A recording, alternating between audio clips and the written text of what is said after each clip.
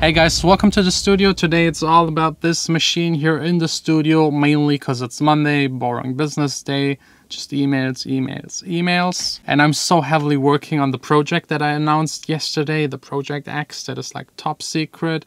And there are like at least 10 factors that all have to line up to make it work. But if it works, I will be the happiest DJ and producer on this entire planet. More in that matter tomorrow. Today it's all about the Pioneer Sampler. It's a fun tool that I can definitely assure you. It just makes fun playing with it. As you know, I DJ'd with it on Friday in the club for the very first time.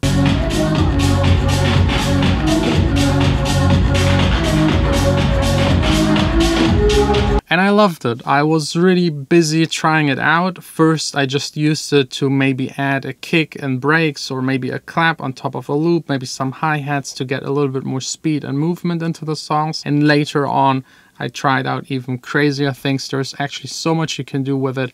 It's impossible to cover it in one entire video. So let me give you a brief overview. If you're interested in a more detailed one, I'm sure there are other channels that will show you what every button does. But this review is more like a general review for you to know if this thing is actually interesting for you to integrate into your DJ sets or into your production workflow in the studio.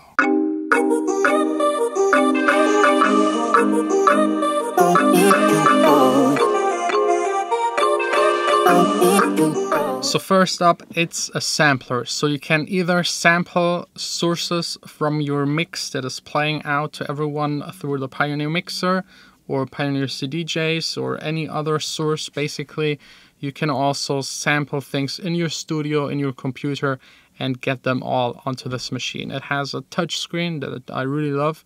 It was actually way too bright for the club, so I had to turn down the pads and also the screen to the lowest brightness, because otherwise, yeah, it was just too bright. Because the interest by all of the surrounding people is high for this machine. When it's plugged in and it's like running, like all of this is blinking, and in the dark club, everyone is looking. So first of all, let me tell you, this thing is really an instrument. You have to learn to play it. You have to get the sounds in there from your computer, your production or sample CDs, or you sample it with the machine right away from other sources. And then you can assign any sample to any of these 16 pads. So for example, on one usually is the kick. And now when I select the kick, I can just add it to 1, 5, 9, and 13, hit play, and it just plays the kick. I could increase the tempo to 130. And if I now want to add a clap, I just put it on 5 and 13, and we got the standard house 4 to the floor beat. You could also just hit record and play it in. And if you miss something or don't like it, you can delete it right away and maybe just put in like a straight one. Or you have like cool house samples. It's really fun. You can this way build up a beat very easily in an entire song. You could now also, for example, select it and change the pitch just with one knob. So that's basically what it does. You have a lot more features and functions in here. A big effect knob that you can turn on and off, like this strip here where you can hold down to repeat notes. It's really fun. You can change it to pitch and kind of get this bending effect. You could also select, for example, this chord sound and go to scale and then just play it on a keyboard. You have to get used to it. It's a little different, but once you get used to it, you could really jam along songs, record it, change it, mute it again, do the effects. So it's really fun, and it really makes your sets way more closer to a live set and reproducing music instead of just playing it. Maybe again, from my perspective, the big touch screen, you can select anything in here, change it to whatever you want. You can change the amp, for example.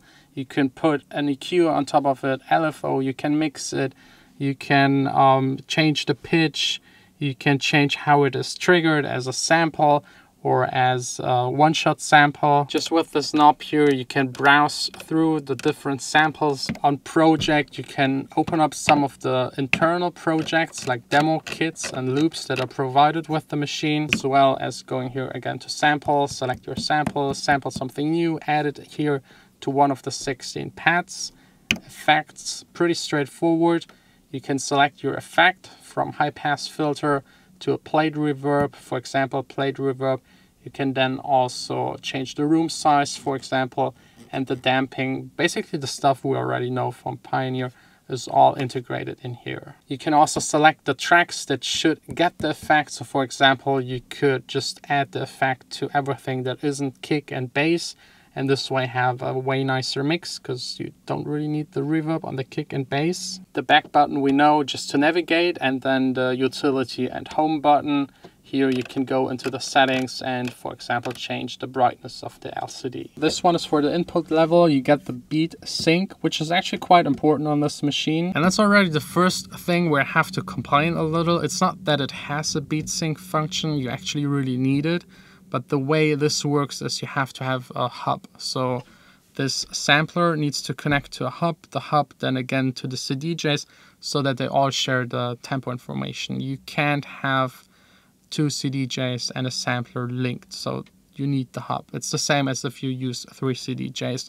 I wish they would just integrate a hub into their newest mixer that will hopefully come soon, because I don't want to bring a hub with me to the club and have to deal with all of the cables, and then the hubs usually are not the most reliable. So I would really love to see that integrated into the mixer. So on that Friday I had to play without the sync, which makes it a lot harder. You only have here the nudge plus and minus, which I don't really like to adjust it to the tempo. So I think these two, you don't really need them. You just need to make the beat sync work with the hub. Then we continue here with the scene button, the pattern button. Here you can select those to have multiple of these 16 instances. That's the step sequencer, stop and gate, play and pause, as we know it from the Pioneer CDJs. The record button, that also with the shift is an undo.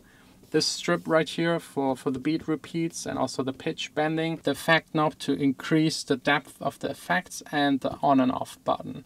Here you also got the USB stop, the USB slot to get your samples in here. That's something I really love with the USB stick. It's so comfortable. You just go to the club, plug it in, if they have one of these machines there. And I doubt that this will happen really soon, because this is a very specialized instrument. You really have to learn it. The learning curve it's quite hard. I mean, initially to get to know it and how it works, extremely fast, but to make actually something with it that sounds nice and is appreciated by the people dancing in front of you is extremely hard, because most people are coming to a club, they want to drink, party, have some fun, good music, but how the music is made, I don't think they really care. So this is really for people that want this live approach to be in their set. And I think it's for that the perfect machine, because it has this Pioneer form factor.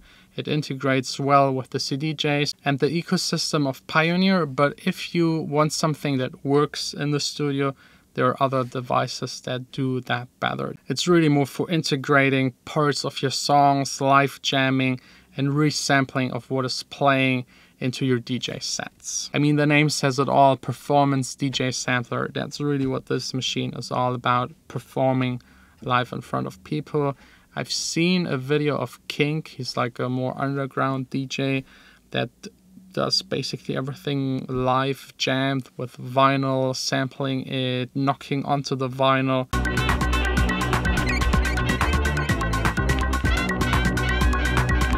And for people like him, it's like the perfect machine. I also really like it, and I will also try and incorporate it more into my sets. And it's really just adding the certain something to your DJ set. And I think like the entire market is trying to search for the next big step in DJing, because for the past, I don't know, 30, 40 years, it's still almost the same as with the records. You have two two sources of music and you mix them together.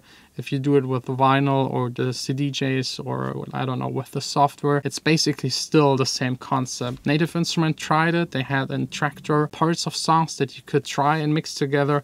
This didn't really succeed. And I think right now on the market, this is like the most promising, because Pioneer is the club standard. They changed this from the previous model to have this Pioneer shape form to go with the CDJs and the mixer.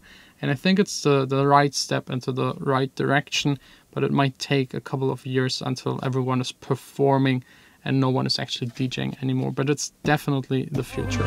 Baby, don't get too close. I'm gonna break your heart. Thanks a lot for tuning in. That's it for today. I hope you enjoyed this little review.